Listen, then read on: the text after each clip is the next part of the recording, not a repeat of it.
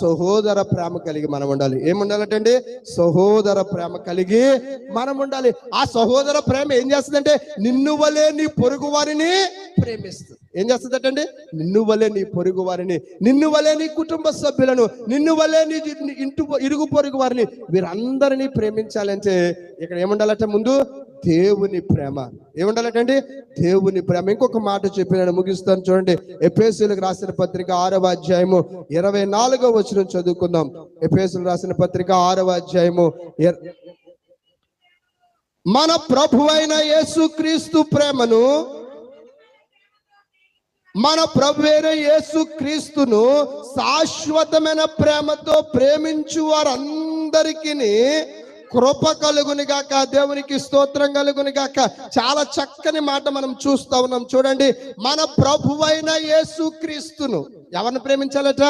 మన ప్రభు అయినటువంటి యేసుక్రీస్తును. నీ భర్తను ప్రేమించండి, నేను కాదన్ను. నీ భార్యను బాగా ప్రేమించండి, కాదన్ను. నిన్న మా ఆవిడ అడుగుతుంది, 11 సంవత్సరాలు అయింది మాకు పెళ్ళయ్యి, రేపు వాలంటైన్స్ డే కదా నాకు నెక్లెస్ కొనండి అండి. నేను నెక్లెస్ కాదు కదా, ఏమంటారంటే రోల్ గోల్డ్ నెక్లెస్ కూడా ఇప్పుడు కొనలేను. ప్రేమించే భర్తకి ప్రతిరోజు వ్యాలెన్స్ డే. దేవునికి స్తోత్రం కలుగును గాక. ప్రేమించే భార్యకి ప్రతిరోజు వ్యాలెన్స్ డే. ఫిబ్రవరి 14 ఒక్కటే ఏది కాదు. నేను అనుకుంటాను, యేసును ప్రేమించడం కంటే గొప్ప ప్రేమికుల రోజు లేదు. నేను లేచి ప్రభువును ప్రార్థించి, ప్రభువా నన్ను రాత్రంతా కాపాడినందుకు నీకు వందనాలు, ప్రభువా నన్ను ప్రేమించినందుకు వందనాలు తండ్రి అని చెప్పుకున్న ప్రతిరోజు నాకు ప్రేమికుల రోజే. కనుక ప్రత్యేకంగా ప్రేమికుల రోజు అంటూ ఏమీ లేదు.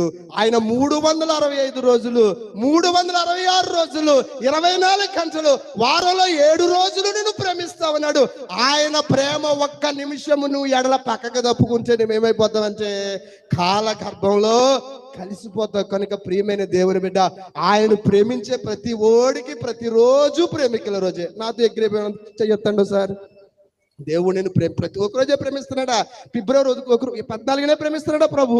ప్రతిరోజు నిన్ను ప్రేమిస్తున్నాడు, ప్రతి క్షణము నిన్ను ఆయన ప్రేమిస్తున్నాడు. కనుక ఏ రోజు దేవుడిని ఆశీర్వదించి కొనగలిగే శక్తి ఇస్తే అదే నాకేంటట ఫిబ్రవరి 14. మీకు కూడా అంతే. ఇక్కడ చూడండి, భార్యని ప్రేమించొద్దని నేను చెప్పట్లేదు, భర్తను ప్రేమించొద్దని నేను చెప్పట్లేదు, బిడ్డల్ని ప్రేమించొద్దని చెప్పట్లేదు. కానీ అన్నింటికంటే ముందు దేన్ని ప్రేమించాలటండి? మన ప్రభు అయిన యేసుక్రీస్తును ఏ ప్రేమతో ప్రేమించాలి? శాశ్వతమైన ప్రేమ. శాశ్వతం అంటే ఏంటంటే